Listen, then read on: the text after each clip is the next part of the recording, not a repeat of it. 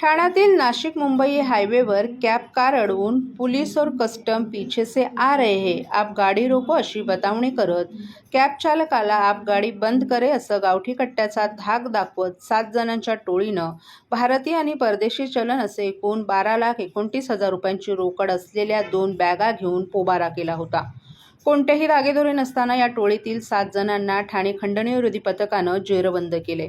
यामध्ये एका महिलेसह अल्पवयीन मुलाचा समावेश असून अटकेतील टोळक्यांकडून चोरीला गेलेली रक्कम तसंच गुन्ह्यासाठी वापरलेल्या गाड्या आणि गावठी कट्टा, जिवंत काडतूस, मोबाईल असा 21,97,000चा मुद्देमाल हस्तगत करण्यात आलाय। तसंच अटकेतील टोळीला येत्या 19 डिसेंबरपर्यंत पोलीस कोठडी मिळाली असल्याची माहिती ठाणे शहर पोलिसांनी दिली आहे।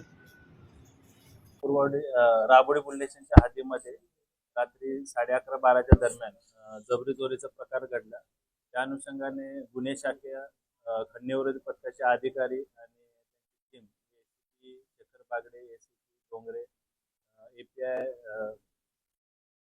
तारमळे, कापडणी, राठोड, तावडे आणि त्यांच्या टीमनं सदर गुन्ह्याचा तपास केला। यामध्ये फिर्यादी सुनीता पिल्ले या उल्हासनगरवरून मुंबई विमानतळाकडे रात्रीच्या वेळी जात होत्या।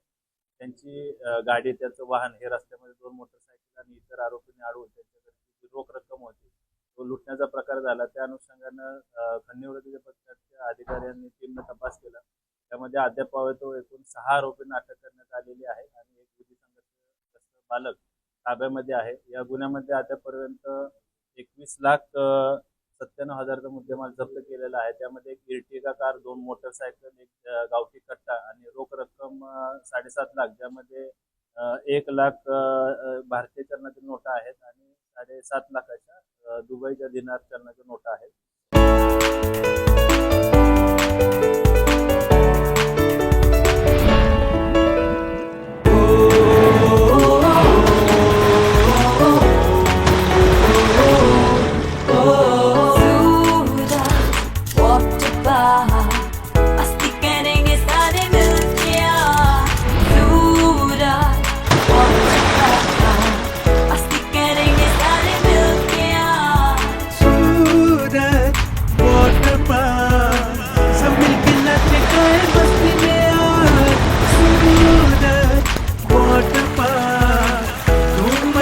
सब मिलके आज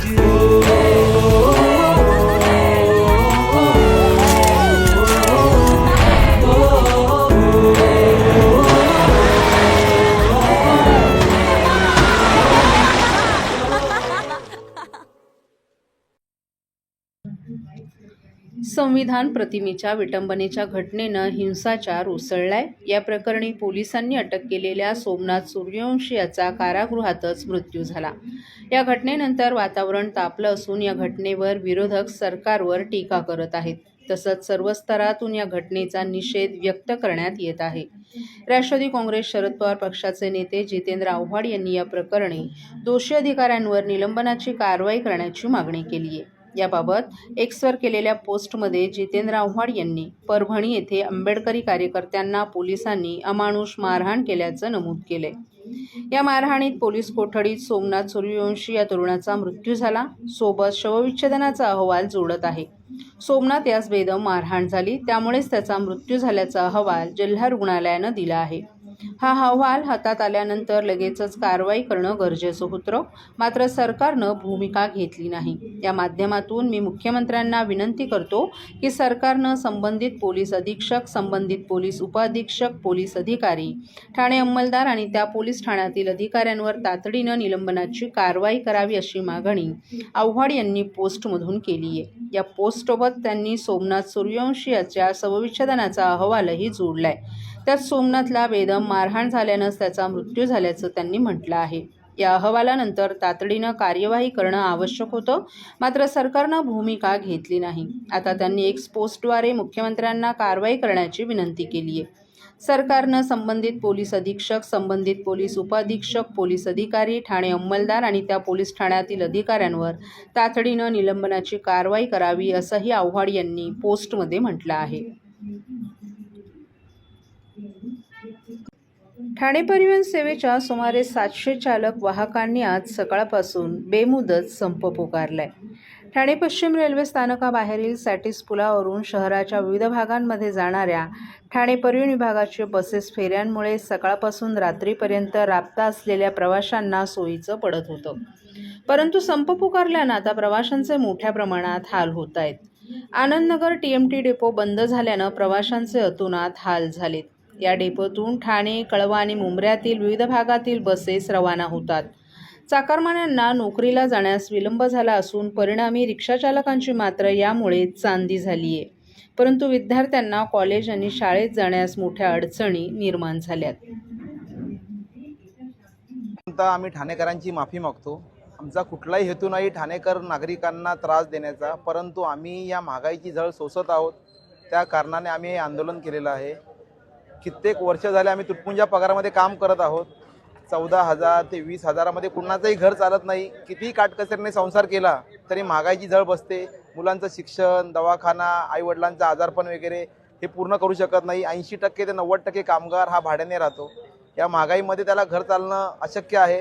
वारंवार प्रशासनाने कॉन्ट्रॅक्टरला सांगितलेलं आहे की तुम्ही यांची पगारवाढ करून द्या, किंवा जो नियम शासनाचा आलेला आहे पगारवाढीचा 14 ऑक्टोबर 2024 पासून, त्यानुसार यांनी पगारवाढ दिली नसल्या कारणास्तव आज या कामगारांनी आंदोलन केलेलं आहे. तरी आमची परत एक विनंती आहे, ज्या बेसिकमध्ये वाढ झालेला आहे त्यानुसार आमचा PF, HRA, DA याच्यामध्ये वाढ करून देण्यात यावी, जेणेकरून आमचा पगार समाधानकारक होणार नाही. ॲटलीस्ट आम्ही या महागाईमध्ये जगण्यासाठी अजून एक प्रयत्न करू.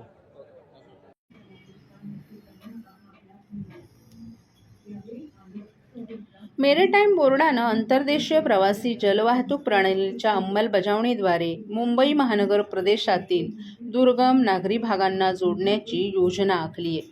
भाईंदर, कोलशेत, काल्हेर आणि डोंबिवली येथे 4 जेट्टी बांधून सुरुवातीला मीरा भाईंदर, ठाणे भिवंडी आणि डोंबिवली शहरं जलवाहतुकीद्वारे जोडली जाणार आहेत. पूर्व-पश्चिम कनेक्टिव्हिटीसाठी वसई खाडी, उल्हास नदीवर प्रवासी जलवाहतूक चालवली जाईल, जे लोकसंख्या आणि रहिवासी क्षेत्राच्या विस्तारासह MMRमध्ये विकसित केलेल्या प्रवासाच्या पद्धतींना पूरक ठरेल, अशी माहिती खासदार नरेश म्हस्के यांनी सभागृहात दिली आहे. सागरमाला योजनेअंतर्गत केंद्र व राज्य सरकारनं 96 कोटी 12 लाख रुपये खर्च करून या 4 जेट्टींचं बांधकाम 1.5 वर्षात पूर्ण करणं अपेक्षित आहे. अंतर्देशीय प्रवासी जलवाहतूक व्यवस्था लोकांमध्ये लोकप्रिय करण्याची गरज आहे, परंतु नोकरशाही आणि आर्थिक आव्हानांमुळे अंतर्देशीय प्रवासी जलवाहतूक व्यवस्थेची अंमलबजावणी संथ गतीनं सुरू असल्याची बाब खासदार नरेश म्हस्के यांनी सभागृहाच्या निदर्शनास आणून दिली. प्रवासी जलवाहतूक सुविधा तयार झाल्यानंतर प्रवाशांच्या सोयीसाठी राज्य सरकारला प्रवासी फेरी किंवा वॉटर टॅक्सी चालकांची ओळख पटवावी लागणार आहे. जसे की फेरीघाट ते मांडवा दरम्यान रो पॅक्स सेवा, तसंच त्याच मार्गावरील पारंपरिक फेरी सेवा लोकप्रिय आहेत आणि लोकांना आकर्षित करत असल्याचं खासदार नरेश म्हस्के यांनी सांगितलं. MMRमधील वाढती लोकसंख्या आणि रहिवासी क्षेत्र लक्षात घेता आंतरदेशीय प्रवासी जलवाहतूक प्रणालीची अंमलबजावणी लवकर होणं गरजेचं आहे. राष्ट्रीय जलमार्ग 53 लगत आणखीन जेट्टी बांधण्याची योजना असली तरी नंतर बांधली जाणार असून वसई, कल्याण, पारसिक, नागला बंदर, अंजूरदिवे आणि घोडबंदर गायमुख या भागात ते काम होणार आहे. घोडबंदर येथील गायमुख येथे जेट्टी कार्यरत असून त्याचा वापर फ्लोट चालवण्यासाठी केला जात असल्याची बाब खासदार नरेश म्हस्के यांनी सभागृहाच्या निदर्शनास आणून दिली. महाराष्ट्रातील भगिनींना आधार देणारी राज्य शासनाची मुख्यमंत्री माझी लाडकी बहीण योजना. या योजनेअंतर्गत अल्प उत्पन्न गटातील 21 ते 65 वयोगटाच्या भगिनींना मिळणार दरमहा 1,500 रुपयाची मदत. अर्ज करण्यासाठी 31 ऑगस्ट 2024 पर्यंत मुदतवाढ. कुटुंबाचं वार्षिक उत्पन्न 2.5 लाख रुपयांपेक्षा कमी असलेल्या महिला पात्र. कुटुंबाकडे पिवळं किंवा केशरी रेशन कार्ड असल्यास उत्पन्नाचा दाखला आवश्यक नाही. पांढरं रेशन कार्ड असेल किंवा रेशन कार्ड नसेल तर कुटुंबाचं वार्षिक उत्पन्न 2.5 लाखांपेक्षा कमी असल्याचा दाखला आवश्यक. योजनेसाठीचा ऑनलाईन अर्ज नारी शक्ती दूत ॲपवरून किंवा पोर्टलवर भरता येईल. ज्या भगिनींना ऑनलाईन अर्ज भरता येत नसेल त्यांच्यासाठी अंगणवाडी, ग्रामपंचायत, वॉर्ड ऑफिस, सेतू सुविधा केंद्रामध्ये किंवा आशाताई बचत गटाच्या CRP यांची मदत उपलब्ध. आता आपल्याला अभिमानानं म्हणता येईल, सुखी आणि सुरक्षित आहे माझी लाडकी बहीण. ठाणे महापालिकेचा नवीन विकास आराखडा हा खारेगावला उद्ध्वस्त करणारा असल्याचा आरोप स्थानिकांनी केला आहे. त्याचबरोबर खारेगावमध्ये टाकण्यात आलेल्या रस्त्यांच्या आरक्षणाला स्थानिक भूमिपुत्र आणि नागरिकांनी आपला विरोध दर्शवलाय. मात्र वारंवार पत्रव्यवहार करूनही याबाबत प्रशासनाकडून कोणत्याही हालचाली होत नसल्यामुळे हक्काचा निवारा गमवावा लागू नये यासाठी आपली राहती घरं विकण्याचा निर्णय काही नागरिकांनी घेतलाय. ठाण्याचा नवीन विकास आराखडा काही दिवसांपूर्वी जाहीर करण्यात आला असून हा विकास आराखडाच वादाच्या भोवऱ्यात सापडलाय. या विकास आराखड्यात खारेगावमध्ये डीपी रस्त्याचं आरक्षण टाकण्यात आलं असून यामध्ये स्वातंत्र्य सैनिकांची आणि भूमिपुत्रांची घरं उद्ध्वस्त होणार आहेत. हा रस्ता संपूर्ण खारेगावच उद्ध्वस्त करणारा असा आरोप राष्ट्रवादीचे आमदार जितेंद्र आव्हाड यांनी यापूर्वीच केलाय. नवीन विकास आराखड्याच्या माध्यमातून अख्खं ठाणं खायचा विचार करणारे बिल्डरांनी डीपी प्लॅन तयार केल्याचा आरोप आव्हाड यांनी केला होता. पालिका प्रशासनाचे अधिकारी मंत्रालयात बसलेले अधिकारी बसून डीपी प्लॅन बनवतात. हा डीपी प्लॅन कुठे बनवला, कसा बनवला याच्या कहाण्या भलत्याच आहेत. आपण या डीपी प्लॅनमध्ये एवढी जागा सोडून देतो म्हणून स्क्वेअर फुटामागे पैसे घेतले जातात असा आरोपही आव्हाड यांनी केला होता.